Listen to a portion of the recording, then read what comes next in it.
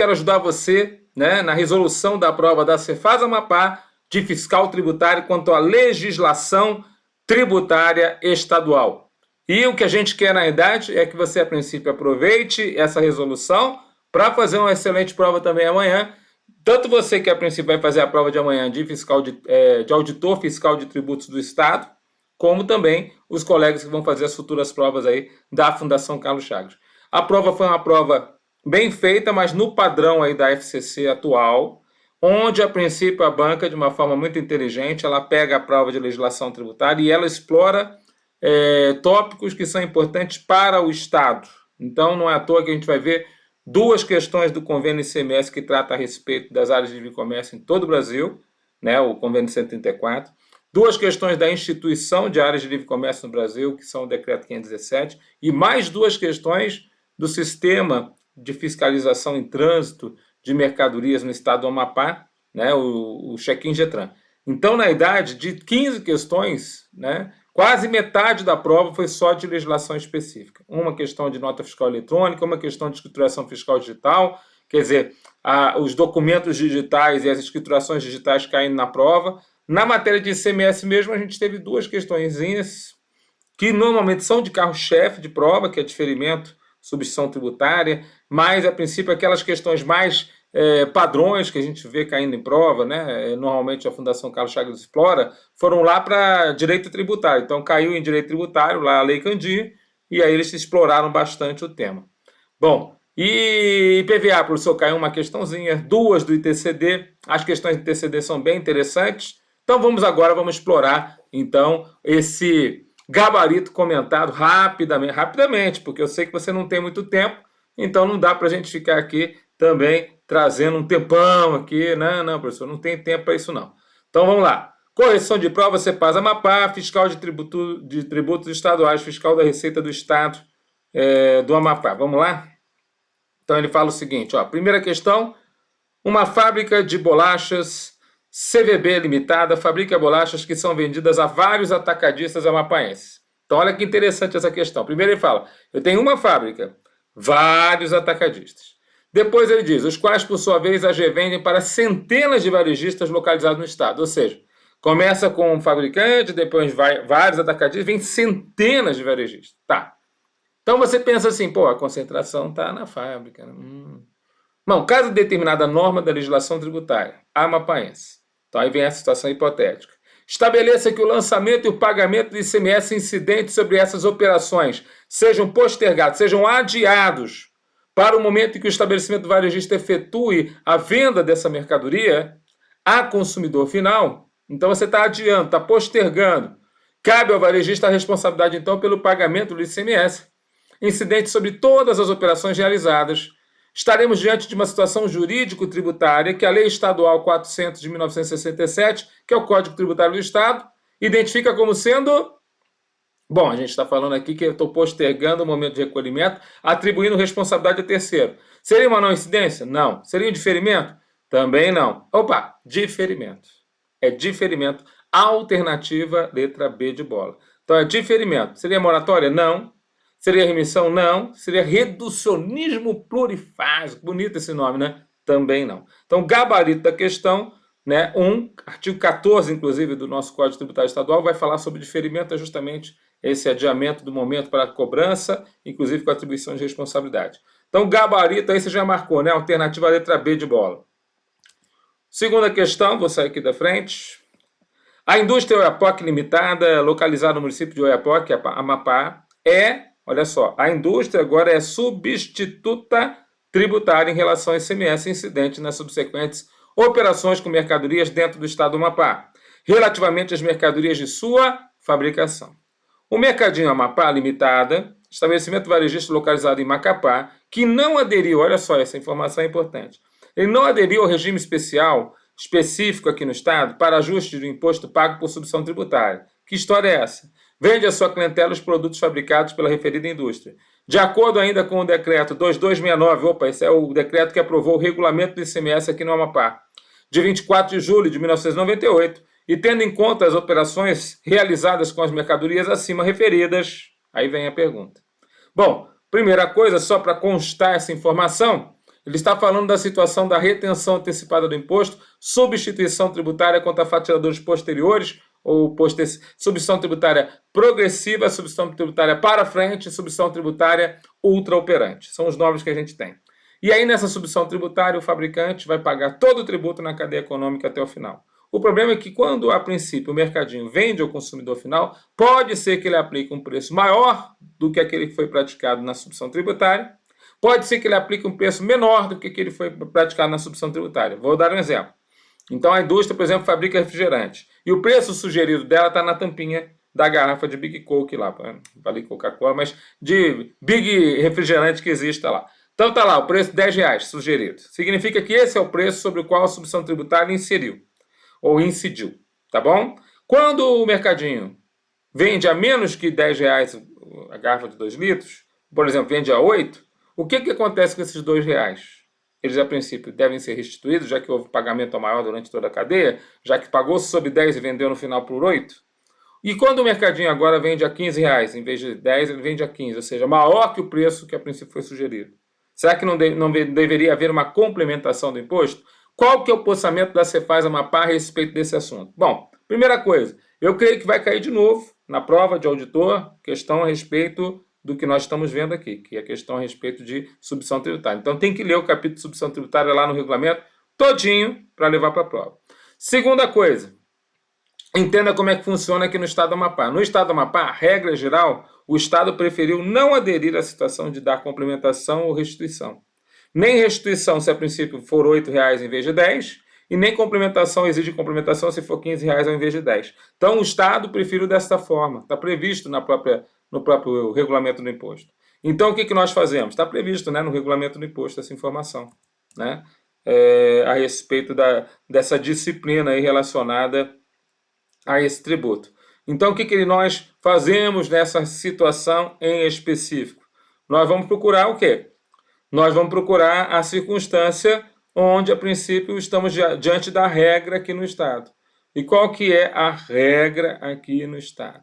A regra é, não vamos fazer, então, o uso, né, dessa situação em específico.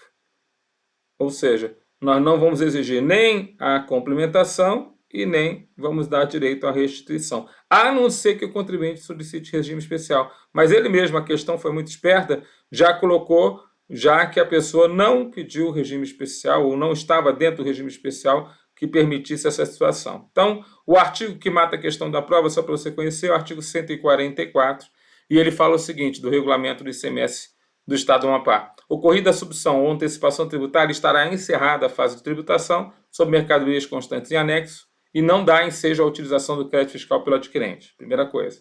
Parágrafo único do artigo 144 do regulamento.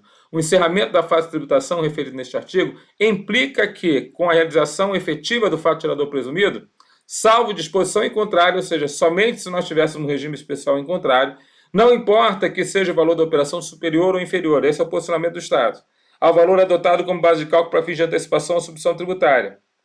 Não caberá a exigência de complementação de imposto, nem restituição de importância, eventualmente paga mais, a não ser que no pagamento do imposto por antecipação tenha havido, então tem exceção, tenha havido um erro, uma circunstância que exija a correção. Senão, não vai caber. Então, esse é o entendimento. Se esse é o entendimento, vamos para a questão.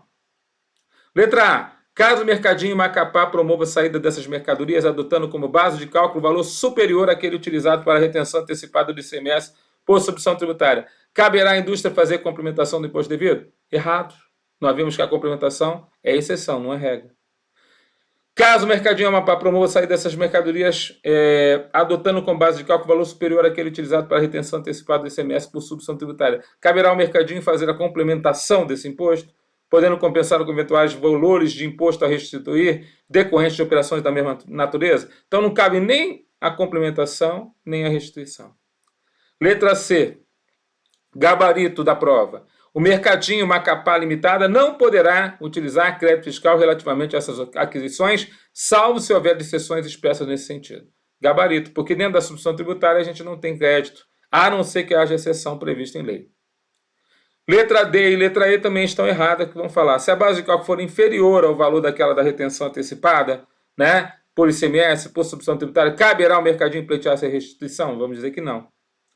E a letra E também, caso o valor seja inferior, caberá aí a restrição do imposto pago? Também não. Tudo bem? Então, o gabarito da questão, como a gente viu agora, a alternativa, letra C de casa, o artigo 144 do regulamento resolve a questão. Vamos para outra? Outra questão. Essa é a única questão que caiu na prova, né, de legislação a respeito do IPVA. E sobre qual tema que caiu na prova, galera? Ah, meu querido Tudão, artigo 6º da lei, aliás, do regulamento do IPVA, que chama a atenção, hein? Estude o regulamento do IPVA. Estude o regulamento do IPVA, em especial, artigo 6º, que fala a respeito das isenções do nosso IPVA, isenções condicionadas. Olha o que caiu na prova. Em 2021, a Prefeitura Municipal de Oiapoque, desejando evitar despesas com aquisição de veículos automotores, optou por alugar de empresa locadora sediada em Macapá, Amapá, veículos de carga necessários ao desempenho de tarefas administrativas. Essa prefeitura decidiu ainda comprar uma ambulância que prestará serviço de remoção de doentes, os quais serão gratuitos para aqueles que não puderem pagar por ele. Por fim, uma empresa particular sediada no mesmo município fez a aquisição de um trator que vai servir de tração para o bondinho que vai levar turistas para conhecer as belezas da cidade. Com base nessas informações e no que dispõe o Decreto Estadual 3340, que aprovou o regulamento do IPVA, de 14 de dezembro de 95, e considerando que todos os veículos se encontram registrados e licenciados no Amapá, a IPVA ser pago nesse estado relativamente ao quê? Aí vem lá, veículo de carga, trator, ambulância. Tudo bem? O problema aqui é o seguinte, o veículo de carga, vamos começar por ele, que ele aparece primeiro aqui. Ele, a princípio, é locado pela prefeitura, ou seja, é de propriedade de uma empresa locadora, e, a princípio, ele desempenha tarefas administrativas. Paga ou não o IPVA para o nosso estado? Está dentro das isenções? Está dentro de não incidência? Poderíamos dizer que porque a prefeitura está, a princípio, locando o veículo passa a ser imune? Aqui não é a mesma regra quanto aos imóveis, né, que a gente tem lá, súmula do STF, falando que quando o imóvel é utilizado para locação pela prefeitura, tal, né? No caso ali, principalmente dos entes políticos, lá do artigo 156C, mas o Supremo declarou que os outros entes, como templos e outras entidades, poderiam acontecer isso, mas isso é para bem imóvel, meu querido. Quanto à locação, quanto a IPTU, tem nada a ver, não confunda com o IPVA.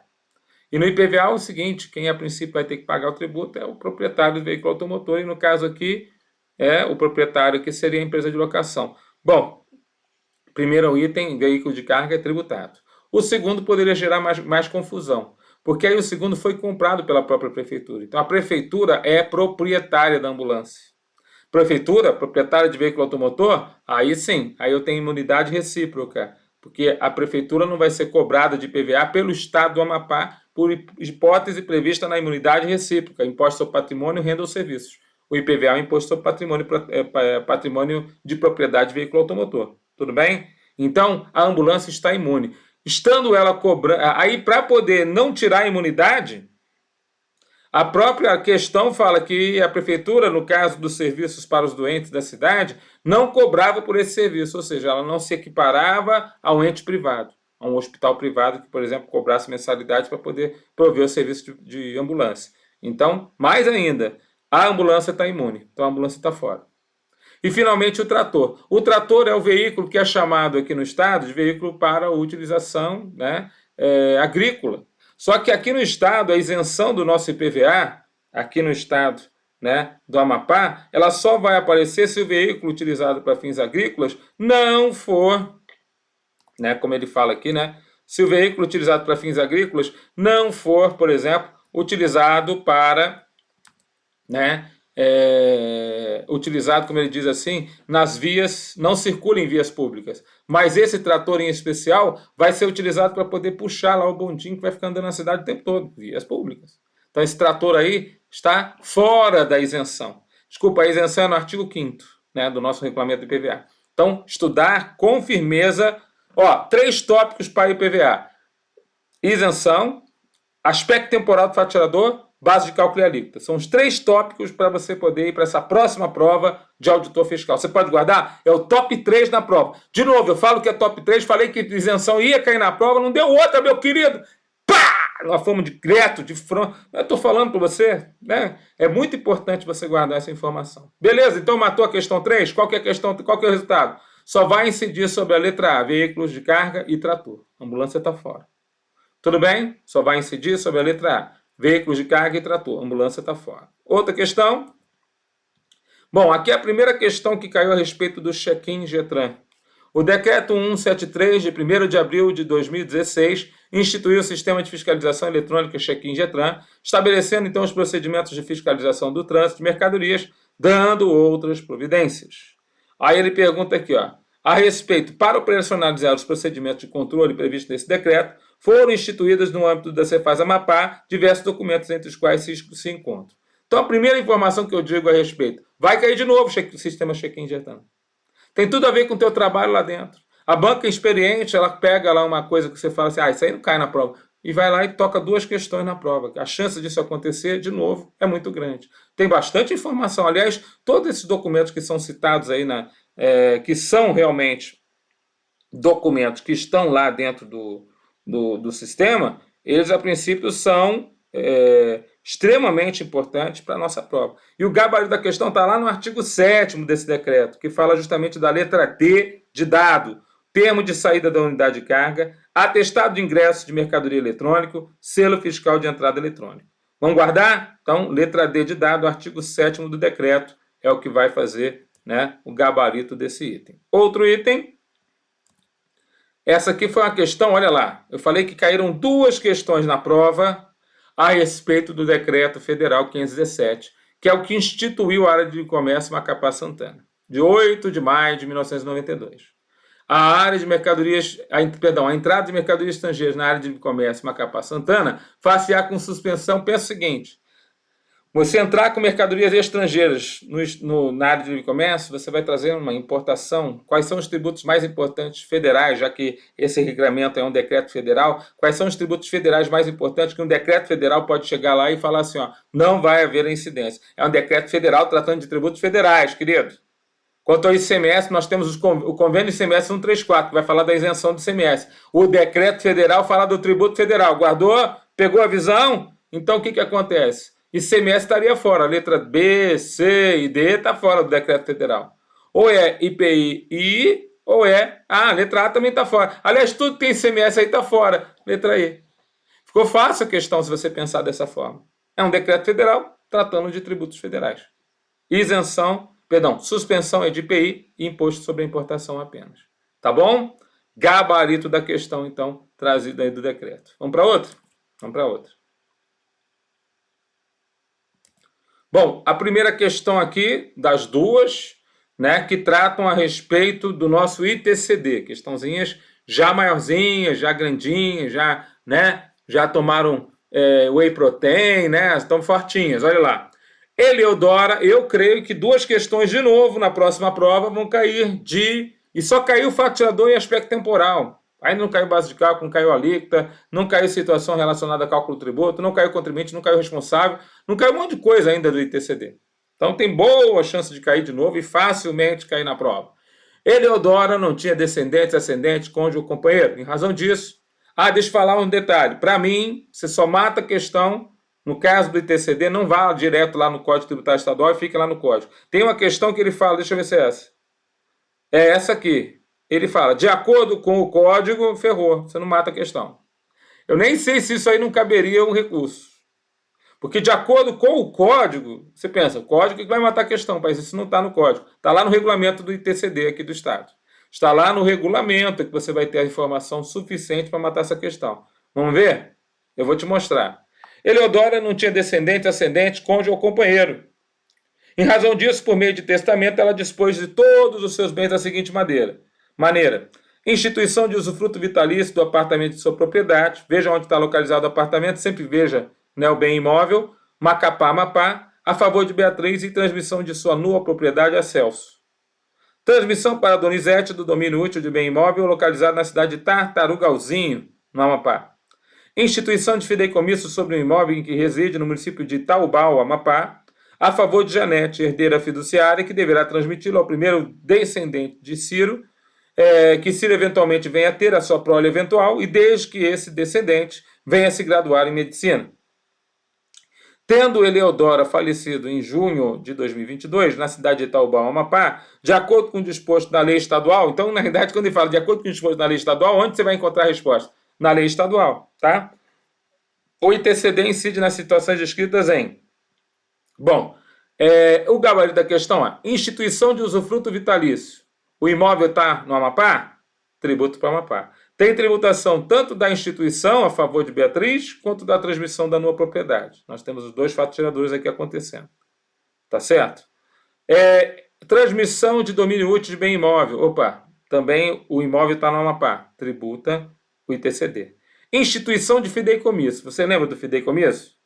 O fideicomisso é aquela situação onde você tem a tributação tanto na morte do decujus, quando a vontade do decujus fica o bem sendo guardado por um fiduciário, que é o garantidor da vontade do decujus, quanto depois na transferência posterior daquela determinada situação, uma transferência posterior para o fideicomissário. Então, na verdade, você vai ter a pessoa, por exemplo, a prole eventual, como ele falou aqui, né, de Ciro, foi lá, nasceu e ainda vai completar a faculdade de medicina. Olha quanto tempo que vai acontecer essa condição, né? Quer dizer, o implemento da condição vai ser lá na frente. Mas uma vez implementada, nós dizemos que nós vamos ter a substituição do fideicomisso, ou seja, vai passar da figura do fiduciário, que é o garantidor da vontade do decujus, para após a sua morte, para o fideicomissário, que a princípio complementou a condição. Então, na verdade, tem dois fatos geradores do ITCD aqui no Amapá. Mas isso não se verifica na lei do imposto. Você vai procurar aí na lei, você não vai encontrar. Você vai encontrar no regulamento do ITCD. Aqui o avaliador pisou na bola, porque deveria ter falado, de acordo com a legislação estadual amapaense, já fechou. Ele quis dar uma despertão, fez um negócio que você não saberia dizer isso que eu vou falar agora. Ó. O gabarito da questão é a letra D de dado. E veja, para você matar a questão, você tem que falar, incidiu em 1, 2 e 3... sendo que na situação 3, haverá incidência tanto na instituição do fideicomisso, que é através da morte do decujus, como na substituição, ou como na subsequente substituição fideicomissária, que é no implemento da condição, caso ela venha a ocorrer. Quer dizer, para você matar isso, que é a letra D, você, a princípio, teria que, a princípio, conhecer o que está previsto no regulamento. Então, pecou aí a questão nessa situação. A questão é bem feita, a questão é inteligente, a questão cobrou a existência de dois fatos geradores no fideicomisso aqui no Amapá, mas ela precisava ser... Tem que ter a riqueza do detalhe, né? Mas o Tudão já pegou o detalhe e já passou aqui para você. Estudar para a prova. Todos os fatos geradores do ITCD. Estudar pelo regulamento do ITCD, senão você não matava essa questão. Então, estude pelo regulamento. Dá uma lidinha, meu querido. Leia mais uma vez, leia em voz alta, pede para alguém ler com você, faz alguma coisa para guardar esse negócio. Vamos para cima. Então vamos lá, continuando. Aí a gente tem aqui, ó, depois da Eleodora, nós vamos para a questão seguinte, ó. Joaquim e Ana, domiciliados em Manaus, é outra questão do TCD? Exato, é outra questão do TCD. Joaquim e Ana, domiciliados em Manaus, prometeram ao filho, Alfredo, seu filho, domiciliado em Santana, que lhe doariam o terreno de propriedade do casal, localizado no município de Ilhéus, na Bahia, se o jovem se formasse engenheiro até o final do ano de 2021. Então havia uma doação com cláusula suspensiva. Repare que a doação é doadores no Amazonas, donatário em Santana, ou seja, no Amapá, e o bem imóvel está na Bahia. Tudo bem? E a condição é uma condição suspensiva, ou seja, os efeitos da doação só vão acontecer a partir do momento que o jovem se forma engenheiro até o final de 2021. Alfredo, às vésperas da publicação das notas finais, em dezembro de 2021, acreditando firmemente que havia concluído seu curso no prazo, efetuou o pagamento, então, do ITCD devido à unidade federada competente para exigir o imposto sobre essa transmissão, pois, caso contrário, o tabelião amapaense não lavraria a escritura de doação. Ocorre, todavia, que, por razões que o próprio Alfredo desconhece, ele não conseguiu nota suficiente para se formar e, como consequência, os pais não efetuaram a doação do imóvel por conta do qual o ITCD havia sido recolhido antecipadamente. Diante desta situação e com base no disposto em lei estadual, olha só que interessante, né? Aí ele fala assim, ó, ele vai induzir você à resposta. Alfredo poderá pedir a restituição do imposto que ele já pagou ao Amapá, pois o ato ou negócio jurídico que deu causa ao pagamento não se formou. O Estado no Amapá não tem nada a restituir a Alfredo. Somente Joaquim ou Ana poderá pleitear a restituição do imposto ao Estado do Amapá. Joaquim e Ana deverão pleitear em conjunto a restituição do imposto do Estado do Amapá. Joaquim e Ana só poderão pleitear a restituição do imposto ao Estado do Amapá se comprovarem que foram eles que efetuaram o pagamento antecipado. Veja que 4 das 5 respostas estão ligadas ao Amapá, a princípio tem que devolver algum dinheiro. E ele fez de propósito isso, né? Te induzindo a essa resposta. Só que o problema é que o bem imóvel é de onde? Ah, é lá em Ilhéus, na Bahia, né, professor? Tributa para Bahia. Então não tem nada a ver. Ele fez você ficar perdendo tempo aí na prova. O Estado do Amapá não tem nada a restituir ao Freire. Por quê? Porque o tributo é para Bahia. Então o Amapá não recebe nada. Como é que tem que devolver? O Amapá não tem que nada para receber, meu querido. Então não tem que devolver aquilo que ele não recebe. Você quer conversar sobre essa situação aí que a gente viu? Vai lá conversar com a Cefaz Bahia. Foi aquela que recebeu. E aí a questão seria essa, né? Para você fazer Amapá, nada. Pegadinha, hein, professor? Com certeza, foi uma boa questão de prova. Aliás, as 2 questões do ITCD, eu sempre falo para o meu aluno, a gente tem que melhorar no ITCD. O meu curso de ITCD tem ficado cada vez mais legal, mais avançado. Por quê? Porque eu sei que o pessoal, a FCC aí, ela tá dando show, né? Faz a questão um pouco mais rebuscada, o aluno se perde. Ele não conhece muito bem o que é fideicomisso, cai na questão da prova, o cara já enroscou tudo. Pô, professor, o meu material não tinha muita informação, o meu professor não falou nada. Pô, então a gente fala aqui, a gente perde aí a gente investe um tempo, não perde, né? Investe um tempo naquilo que eu sei que tem boa chance de cair na prova. E cai, né? Aí caiu. Bom, outra questão. Então essa aqui é a questão, a letra C de casa, somente Joaquim Oana poderá pleitear a restituição do imposto ao Estado do Amapá. Vamos para outra. Questão da EFD, uma questão bem feita, ó, Instituição Fiscal Digital. O artigo é o 222, guarda. Vai ler de novo o artigo 222 inteiro do RICMIS. Com todos, 222A, esse aqui é o 222V. É o 222V. Então, todo o regramento de escrituração fiscal digital está na prova e pode muito bem cair de novo, com vários outros itens dentro da EFD, na sua prova de auditor. A prova já está feita, lembra? E não fica esperando passar a prova de fiscal para poder fazer uma prova de auditor. Já está feita. Então o negócio é o seguinte, vai lá estudar a FD, meu querido. Lá no regulamento do ICMS, ó. A legislação do ICMS permite que a escrituração fiscal digital possa ser retificada. Vamos ver lá de novo, ó. A legislação do ICMS, cocei a orelha aqui, meu. A legislação do ICMS permite que a escrituração fiscal digital possa ser retificada pelo contribuinte. De acordo com a disciplina estabelecida pelo regulamento do ICMS, esta retificação, veja lá, poderá ser efetuada mediante envio de outro arquivo para a substituição integral do arquivo digital original ou, excepcionalmente, mediante envio de arquivo complementar. Queridos, guarda isso. Nós não aceitamos um arquivo... O que é EFD? São os livros fiscais. Então, arquivo digital com todos os livros fiscais. Entrada, saída, apuração, inventário, né? Só que o que acontece? Quando você manda um arquivo e tem algum defeito no arquivo, você tem que remandar o arquivo. Um arquivo integral. Nós não aceitamos um arquivo complementar só para botar aquela linhazinha. Não tem como fazer isso. Você manda um novo arquivo com aquela linhazinha consertada. Você entendeu? Então a letra A está fora porque o artigo 222 fala que não é possível você mandar arquivos complementares ao primeiro. De FD, de período de apuração que tenha sido submetido ou esteja sob ação fiscal, né? Então, a retificação de FD no período que está sob ação fiscal não produz efeitos antes da sua ratificação pela autoridade fiscal competente ou por seu superior imediato. Veja, a FD sempre vai produzir efeitos. E na situação, a princípio, de estar sob ação fiscal, não existe essa regra da ratificação pela autoridade fiscal competente. Não produzirá efeitos quando o débito constante da FD, objeto da retificação, tiver sido enviado para inscrição na dívida ativa, ainda que a retificação não altere o referido débito. Está falando o contrário que está previsto no artigo 222. As letras A, B e C estão erradas. Letra D. A retificação da FD será efetuada necessariamente mediante envio de outro arquivo para substituição, aqui sim, ó, integral do arquivo digital da FD, regularmente recebido pela administração tributária. Gabarito da questão, alternativa letra D de dado. Guarda isso, leva para a prova. De FD de período de apuração que tenha sido submetido ou esteja sob ação fiscal, só poderá ser feita mediante envio de arquivo complementar, está errado. Então, gabarito da questão, como eu falei para você, artigo 222, né, do nosso regulamento do ICMS, lê ele todo de novo e vai para a prova. Tá bom? Faça isso, por favor, que você vai ter boa chance de você matar a próxima questão da prova. Outra questão agora do convênio ICMS. Lembra que eu falei que caiu 2 do convênio ICMS? Ela é o proprietário de uma empresa chamada Sol Limitada, localizada em Santana, no Amapá. Eu gostei das questões que tratam assim a respeito de situações práticas, né? Então é como se o fiscal estivesse ali vendo aquela situação. Muito comum essas questões na FCC. conduzindo então seu caminhão de propriedade dessa mesma empresa, ou seja, o caminhão é da mesma propriedade da empresa proprietária da mercadoria, ou seja, carga própria. Foi até Cuiabá, Mato Grosso, para retirar as mercadorias adquiridas de fornecedor da Sol Limitada. E em seguida transportá-las até o estabelecimento do adquirente. Então ele foi até Mato Grosso, pegou a mercadoria e trouxe de volta para o Amapá.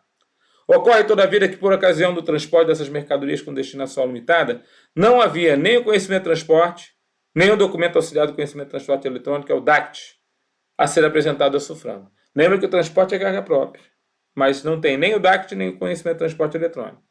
De acordo com o convênio do ICMS 134 de 2019, a não apresentação desses documentos. Então aí ele vai falar de várias situações previstas aí na nossa legislação, né?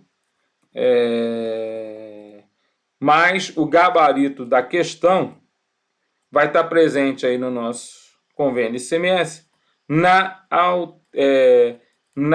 cláusula 5ª. Então, o que fala a cláusula 5ª? Fica dispensada a apresentação à SUFRAMA do conhecimento de transporte eletrônico ou documento auxiliar de conhecimento de transporte eletrônico, o DACT, nos seguintes casos. 1. Transporte efetuado pelo próprio remetente ou destinatário, carga própria, desde que sejam disponibilizados à SUFRAMA os dados do veículo transportador e seu respectivo condutor, no caso transporte rodoviário, e nos demais casos o dado do responsável pelo transporte de carga. Então, na verdade, essa situação aqui, ó, não configurará irregularidade, né, a princípio, desde que sejam disponibilizados à SUFRAMA os dados do veículo transportador e os dados do próprio L. Letra C de casa, cláusula 5ª do convênio. Beleza? É claro que se você, a princípio, não estudou o convênio, não sai nem do lugar. Não tinha nem como chutar isso aqui, meu querido. Ou você sabe e conhece lá de cor, ou você não sabe. Você não sai nem do lugar. Outra questão. O decreto 173 de 1º de abril de 2016 esclarece também, de novo, sistema check-in Getran, procedimento específico para vistoria física ou documental de bens e mercadorias procedentes de outras unidades da federação. Aqui foi legal porque ele falou aqui de canal cinza, canal amarelo, canal azul. Meu querido, virou uma sopa de letrinha aqui, né? E a princípio a questão, ela queria só que você, a princípio, estabelecesse qual que é o regramento aqui relacionado a esses canais. Então, por favor, leia de novo para a prova todo esse decreto do sistema check-in Getran, que vai vir com 2 questões na prova. Lembrando que o canal verde é aquele no qual a irregularidade documental é atestada de forma integralmente eletrônica, tá? Ficando autorizado, então, o desembaraço da mercadoria. O vermelho é um médio, então, no qual vai ser realizado um exame tanto documental pelo agente de fiscalização, mas com a exigência de documentação necessária para o desembaraço. O cinza é a nuvem cinza sobre aquela determinada situação, no qual será realizado um exame documental pelo agente de fiscalização, com a exigência de documentação e verificação física necessárias, aí sim, ao desembaraço. Então, na verdade, o gabarito aqui da questão, a letra A fala de canal amarelo, totalmente errado. A letra B fala de 2 ou 3 vezes por semana, mas o controle do sistema check-in Getran é diário. A letra C fala de canal azul, nem existe isso.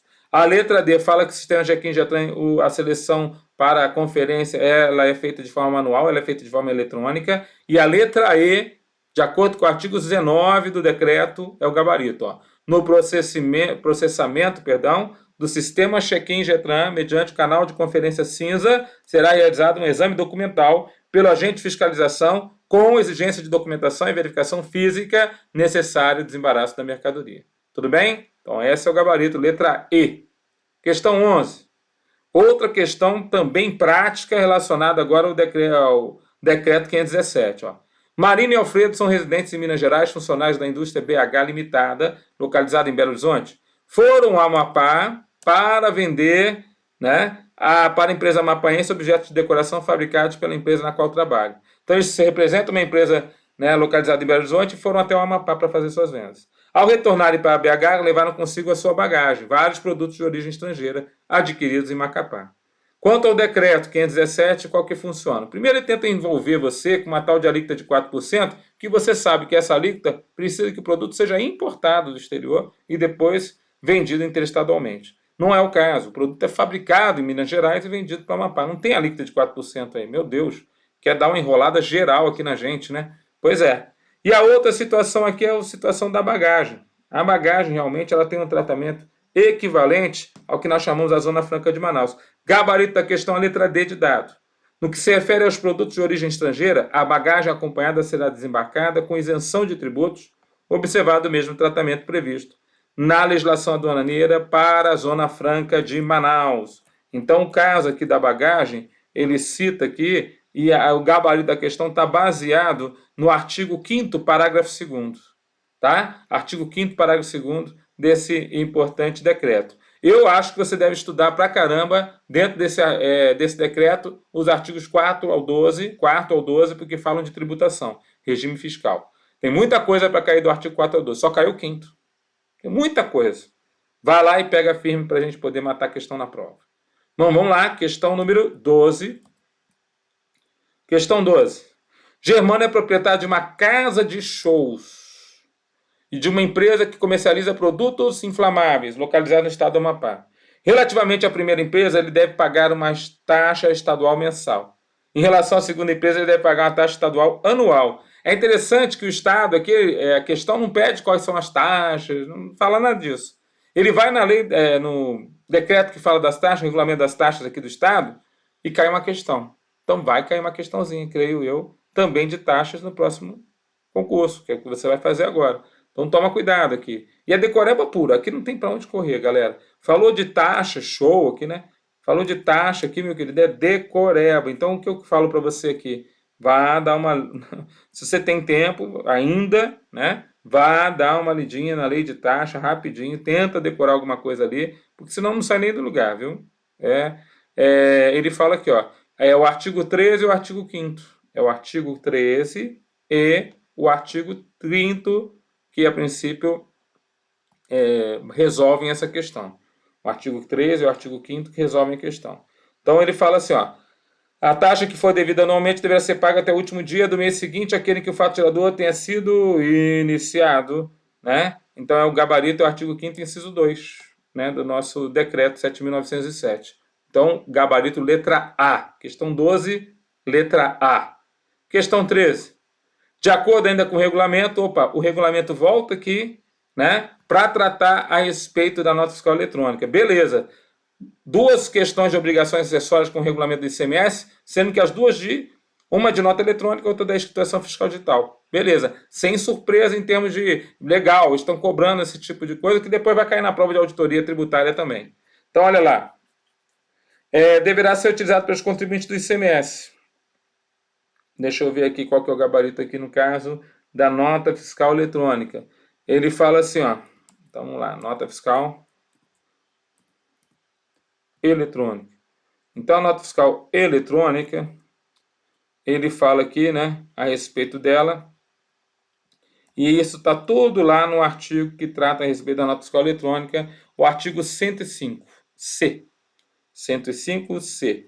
E o gabarito da questão vai ser aquele que fala em substituição à nota fiscal modelo 1A e a nota fiscal de produtor, desde que no caso dos produtores ele possua inscrição no cadastro contribuinte do ICMS. Desde que no caso dos produtores eles possuam inscrição no cadastro de contribuintes ICMS do Estado do Amapá. Letra C de casa, artigo 105. Beleza? Outra questão, né? Então a gente está falando aqui o artigo 105, já matamos então a questão número 13. Outra questão. Veja lá. Primeira e única questão que caiu na prova a respeito do processo administrativo tributário. E eu falo para você, ó, toma cuidado aqui com o processo administrativo tributário, porque às vezes a banca bota uma, às vezes bota duas, às vezes bota três e ferra a tua prova. Então a gente tem que tomar cuidado aqui com o nosso processo administrativo tributário. Mas dessa vez, graças a Deus, só caiu uma, e justamente sobre uma matéria que às vezes fica mais difícil para o aluno guardar, que são as competências. Então, em especial aí, preste atenção em competências. E dentro das competências, ele podia falar das competências do presidente do Conselho Estadual de Recursos Fiscais, competência do vice. Não, vou pegar a competência do procurador fiscal, que não é nem auditor, não é um colega auditor. Não é uma função que você vai ocupar, por exemplo.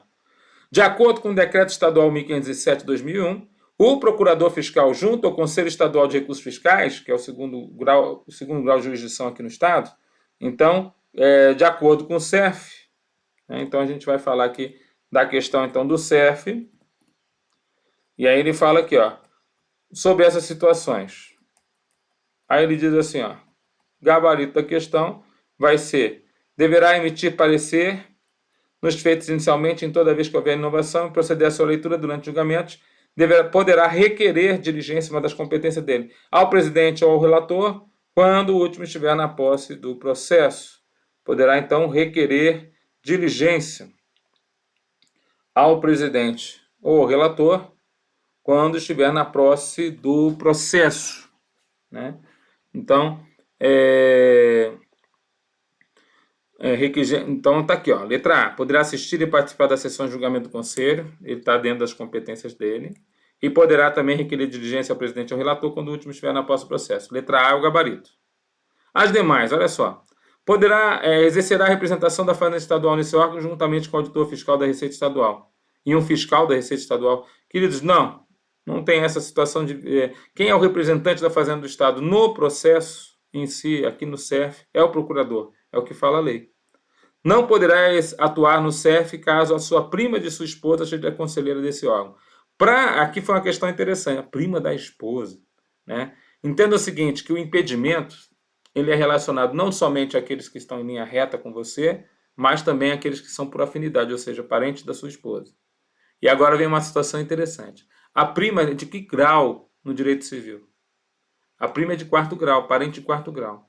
No direito civil é de 4º grau, mas no CERF, para poder estar impedido, tem que ser do 2º grau. Então é irmão, é avô, é neto, é em linha reta, é em linha colateral. Então não cabe aqui a prima. Se a prima da sua esposa estiver envolvida no processo, isso não cabe você falar que há impedimento para você poder fazer parte do processo de julgamento. Então a letra C aqui, ó, não poderá atuar, falso. Gabarito é a letra A. Poderá recorrer de ofício ao presidente desse órgão nas decisões de conselho unânimes ou não, contrários à Fazenda. O prazo está errado, prazo de 10 dias, contado da data da realização do julgamento. Exercerá a representação da Fazenda Estadual juntamente com o fiscal, está errado também. Né? A letra E, gabarito da questão, né? De acordo com o que nós vimos aqui. E o gabarito da questão, olha, está previsto em vários lugares dentro da lei, tá? Artigo 19, artigo 20, artigo 61, artigo 22... Então, na verdade, quando falou de procurador, a questão tentou explorar tudo que ela pudesse pegar ali do procurador, tá bom?